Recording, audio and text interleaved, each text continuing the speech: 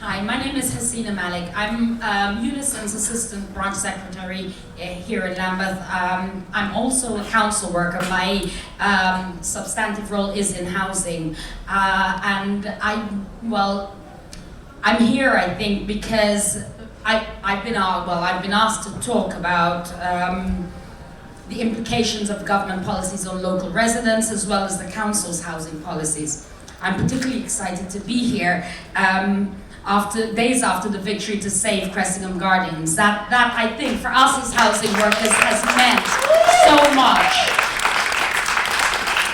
There is a difference, I think, between what the councillors and those at the top and the officers at the top are aiming to do and what we down on the ground are. We are part of the community. We're not just, I think, officers who are paid to do work. We are part of the community. We live here.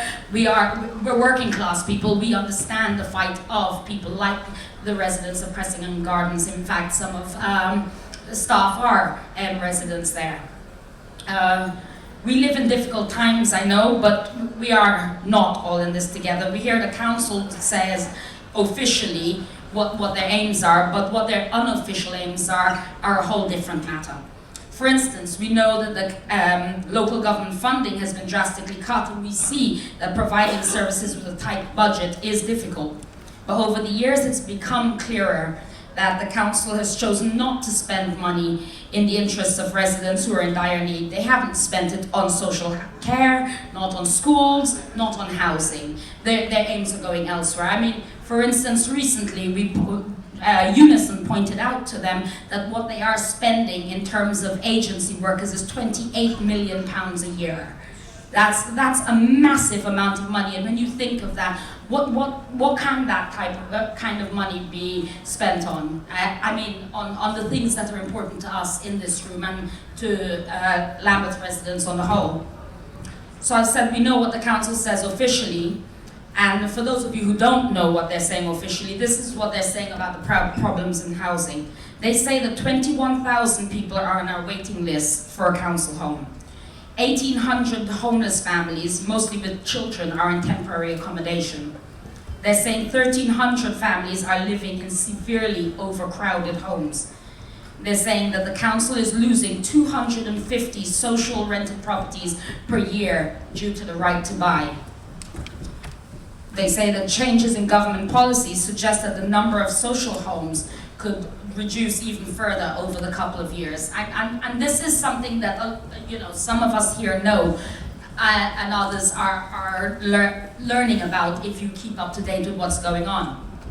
However, in response to this, they've made a very bold statement, and I quote, that the council is committed to our ambition of ensuring that every resident in Lambeth has the opportunity to live in a good quality home that's affordable and suitable to their needs, and to build 1,000 new homes over the next 5 years with council rent levels.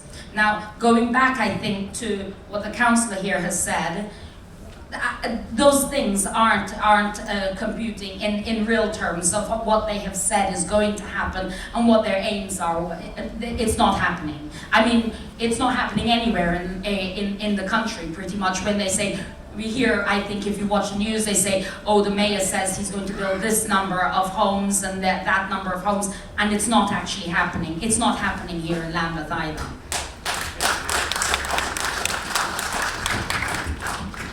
We strongly support building more social housing, although let me be clear that Unison's preference will always be for council housing owned and managed by the local authority. For us, housing is a human right, and the provision of housing is an essential part of our welfare state. Unfortunately, the government are driving councils further and further away from being the local arm of the welfare state, in the direction of being a local economic development agency. The government's objective is to all but remove central funding for local authorities, but instead to let local authorities keep their own business rates.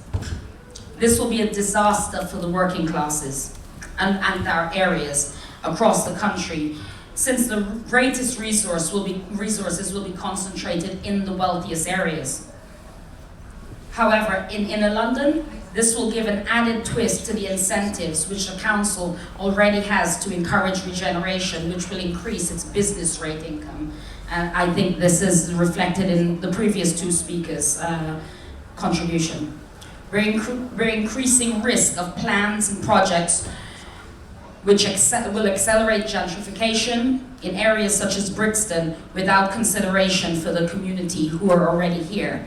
Now, I think at this point I'd like to say that, you know, it's great that we've been given this area here in Brixton Pop.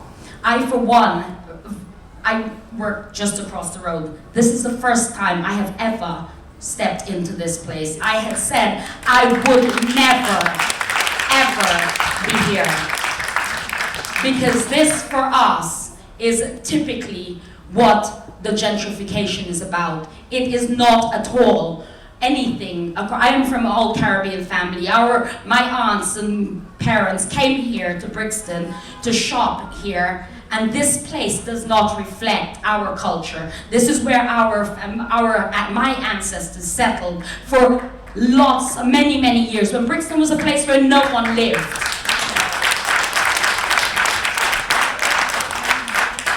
And while we are really happy to share and be and live with other people and every race, we are unhappy to live in a place where we no longer feel welcome.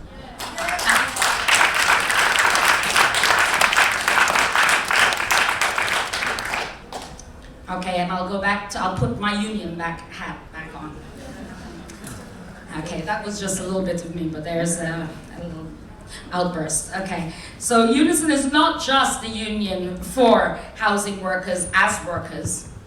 We are the largest trade union in Lambeth Council, and we are one of the largest democratic organizations of citizens in this borough. We care not just for our jobs, but for the public services we provide, and for the communities for which those public services hold together.